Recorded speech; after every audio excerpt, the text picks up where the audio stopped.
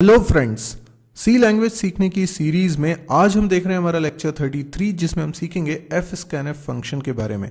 fscanf function की मदद से हम फाइल से डेटा को रीड कर सकते हैं। तो आइए स्टार्ट करते हैं। सबसे पहले fscanf को समझने के लिए हम scanf को, जिसको हमें अच्छे से मालूम है कि scanf क्या होता है, उसको एक बार रिकॉल करते हैं। तो याद करिए हम scanf फंक्शन का इस्तेमाल क्यों करते थे। स्कैनफ फंक्शन का इस्तेमाल हम इसलिए करते थे ताकि हम कीबोर्ड से इनपुट करवा सकें। तो स्कैनफ फंक्शन मैंने बनाया। स्कैनफ फंक्शन में मान लीजिए मैंने लिखा %d, ठीक है, और एक नहीं, मैंने 2 बार लिखा %d। Okay, this is %d, 2 %d लिख दिए। और मान लीजिए मैंने 2 वेरिएबल्स बनाए थे a और b नाम के, तो मैंने पहली वैल्यू रख दी a में और दूसरी वैल्यू रख दी b में। तो मैंने लिखा address of a, address of b।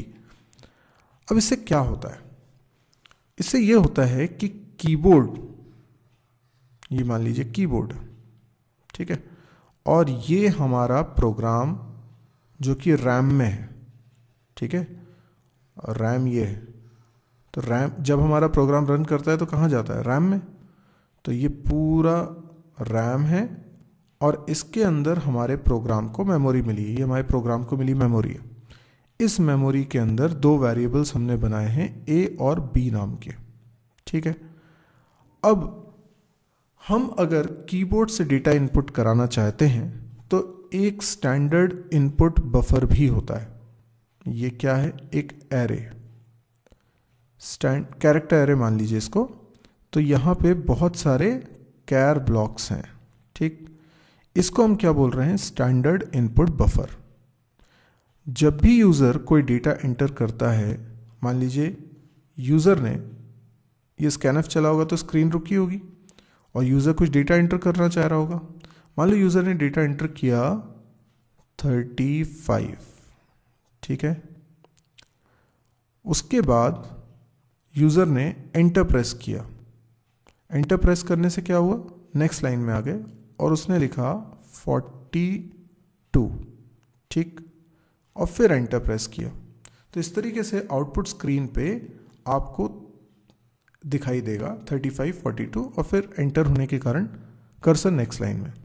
अब हुआ क्या था? कीबोर्ड से जब आपने 35 एंटर किया था तो ये डेटा बफर में गया था। यानी स्कैनफ अगर चलता है तो स्कैनफ फंक्शन कीबोर्ड से डेटा नहीं लेता बल्कि इस स्टैंडर्ड इनपुट बफर से डेटा लेता है। पर ये इनपुट बफर कीबोर्ड को ही रिप्रेजेंट कर रहा है।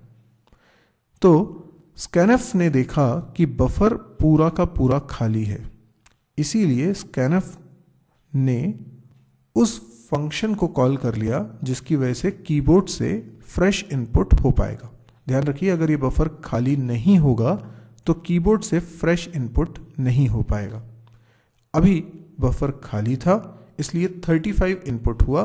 35 में अभी 35 एक नंबर नहीं है, 35 2 कैरेक्टर्स हैं, 3 और 5।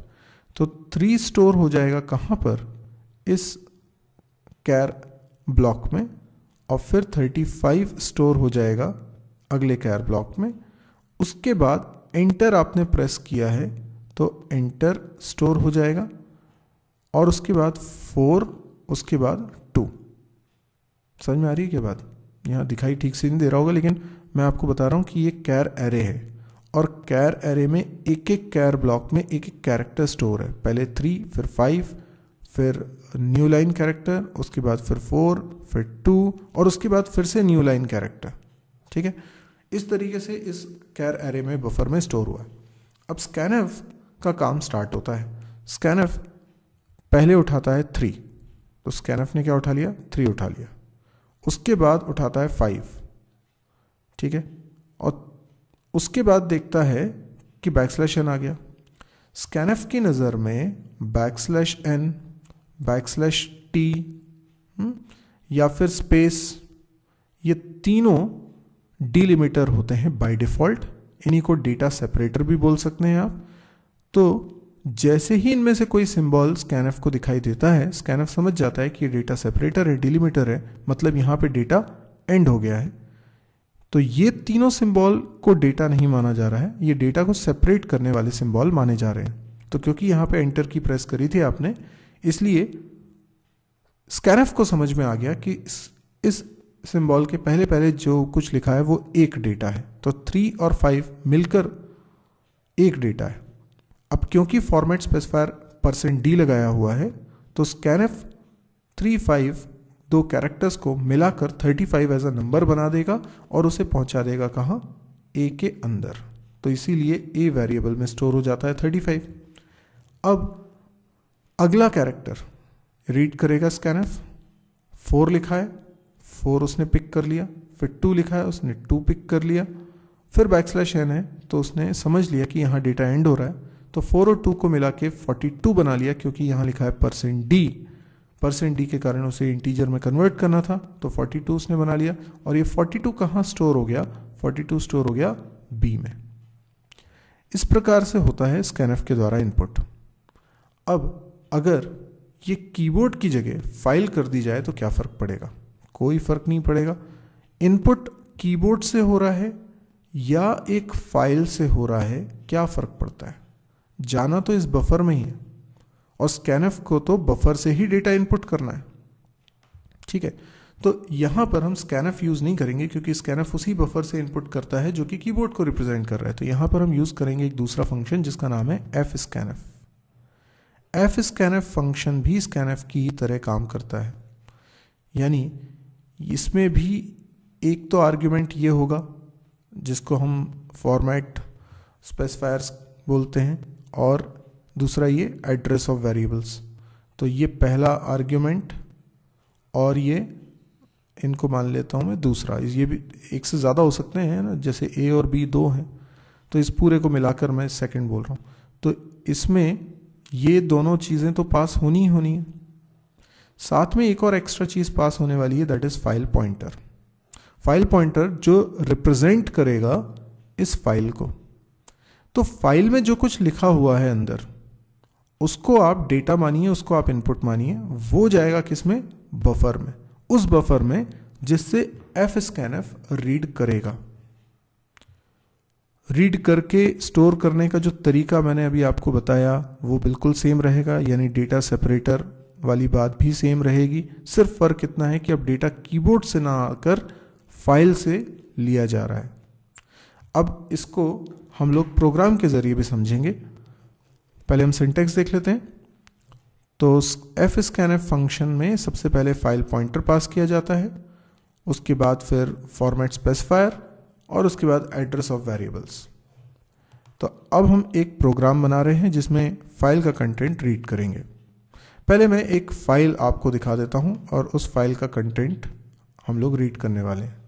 यहाँ पर मैं एक फाइल बना रहा हूँ f1.txt, और f1.txt में देखिए कुछ नंबर्स लिखे हुए हैं, जैसे कि 10 लिखा है, उसके बाद मैंने एंटर प्रेस किया, 20 लिखा है, उसके बाद एंटर प्रेस किया, 30 लिखा है। इस तरह से कुछ नंबर्स, 3 नंबर्स लिखे हुए हैं।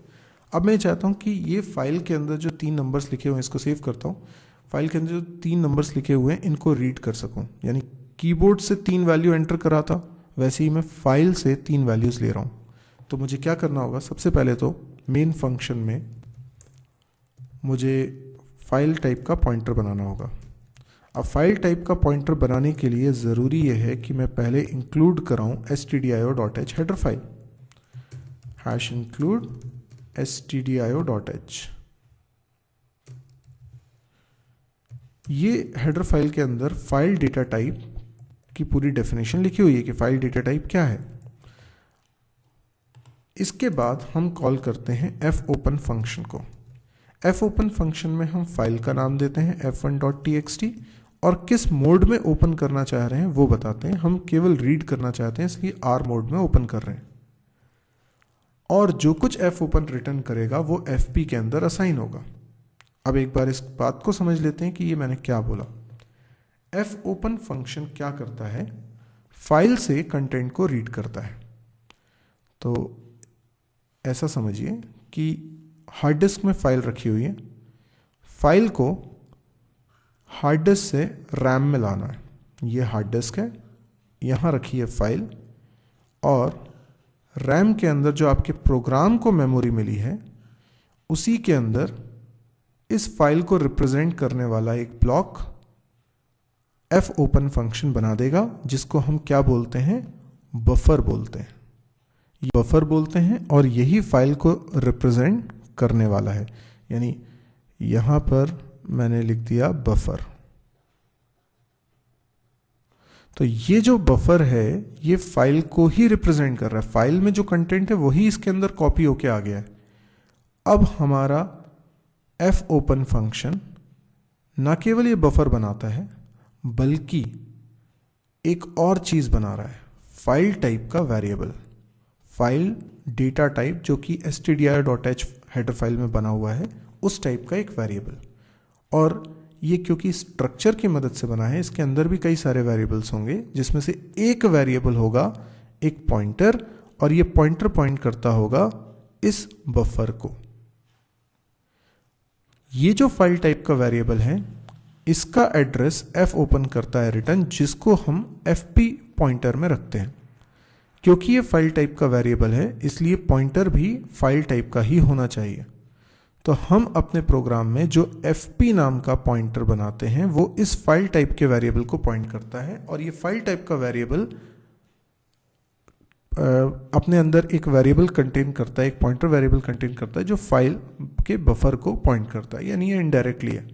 तो हमारा fp फाइल टाइप के वेरिएबल को पॉइंट कर रहा है और फाइल टाइप का वेरिएबल बफर को पॉइंट कर रहा है जो फाइल को रिप्रेजेंट करता है। ठीक है, तो हमने जैसे ही यहाँ पर fopen फंक्शन बना लिया, उसने रिटर्न कर दिया एड्रेस। अब क्या करें, फाइल से अब डेटा रीड करना है। तो जैसे हम scanf लिखते हैं जो कि कीबोर्ड से डेटा लेता है, हम कैसे लिखते हैं इसमें %d। हमने दो %d के बीच में ना तो स्पेस दी है, ना कोई कॉमा लगाया है, ना कोई भी एलिमेंट हमने बीच में लिखा नहीं है, कैरेक्टर लिखा नहीं है। बिना स्पेस कैसा लिखा है। तो यहाँ ध्यान रखिए कि आप स्पेस दे सकते हैं। आप स्पेस की जगह \t भी लिख सकते हैं, आप \n भी लिख सकते हैं, क्योंकि इन तीनों का मतलब सेम है। और कुछ नहीं लिखने का मतलब भी यही तीन होते हैं, क्योंकि by default data separator delimiter यही तीन होते हैं। तो अगर आप %d के बीच में स्पेस नहीं दे रहे हैं तो भी वो मान के चलता है कि हर डेटा के बाद डेटा सेपरेटर आपको मेंशन करना होता है। देखिए, अभी हमने समझा था कि डेटा सेपरेटर 3 है, न्यू लाइन जो कि एंटर से बनेगा, टैब और स्पेस। ठीक है, अब अगर आपने दो %d के बीच में कोई सिंबल नहीं लिखा है तो इसका मतलब डेटा सेपरेटर ये 3 में से बाय डिफॉल्ट कोई भी हो सकता है। और अगर आप इनके बीच में कुछ लिख देते हैं तो वो डेटा सेपरेटर वो हो जाएगा जो आप मेंशन कर रहे हैं, फिर ये तीनों डेटा सेपरेटर नहीं रह जाएंगे। लेकिन फिलहाल वो एग्जांपल भी मैं आपको बताऊंगा, लेकिन अभी फिलहाल मैंने यहाँ पे कुछ नहीं लिखा है और यहाँ पे लिख देता हूँ address of A, address of B, पर हमें तो 3 वैल्यूज लेनी है। तो मैं एक और लिखूंगा एड्रेस ऑफ C, तो फिर मुझे क्या करना होगा, मुझे यहाँ पर एक और %d लिखना होगा। ठीक है, और मुझे लास्ट में सेमीकोलन। पर ABC को यूज करने के लिए पहले मुझे उसे डिक्लेयर तो करना पड़ेगा। तो ये मैंने तीनों वेरिएबल्स भी डिक्लेयर कर लिए, पर इससे तो कीबोर्ड से डेटा इनपुट होगा। अब अगर मैं fp लिख दूं तो फाइल से डेटा इनपुट होगा, बस इतना ही तो फर्क है। लेकिन ये फंक्शन का नाम हो जाएगा fscanf। तो ये scanf जैसा ही है। अब जो डेटा इनपुट हुआ है उसको मैं प्रिंट करा लेता हूँ, जो कि इस बात का सबूत होगा कि फाइल से हमने डेटा रीड करके ABC में रख लिया है। तो A की वैल्यू में प्रिंट कराऊंगा, B की वैल्यू में प्रिंट कराऊंगा और C की वैल्यू में प्रिंट कराऊंगा। और ये वैल्यूज A, B और C की है। ठीक है, ये हो गया हमारा काम कंप्लीट। लास्ट में हम f क्लोज fp लिख देते हैं। तो हमारी फाइल के अंदर आप देख सकते हैं कि 3 डेटा है और तीनों में सेपरेशन के लिए एंटर प्रेस किया हुआ है, यानी न्यू लाइन से सेपरेट हो रहे हैं। 10 के बाद न्यू लाइन है, फिर 20 के बाद न्यू लाइन है, इस तरह से सेपरेशन हो रहा है। तो आइए हम इसको रन करके देखते हैं। ये मैंने कंपाइल और रन किया।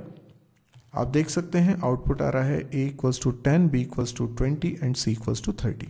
अब जो दूसरी बात मैं बताना चाह रहा हूँ कि मान लीजिए फाइल के अंदर डेटा के बीच में सेपरेशन करने के लिए कॉमा लगा हुआ है।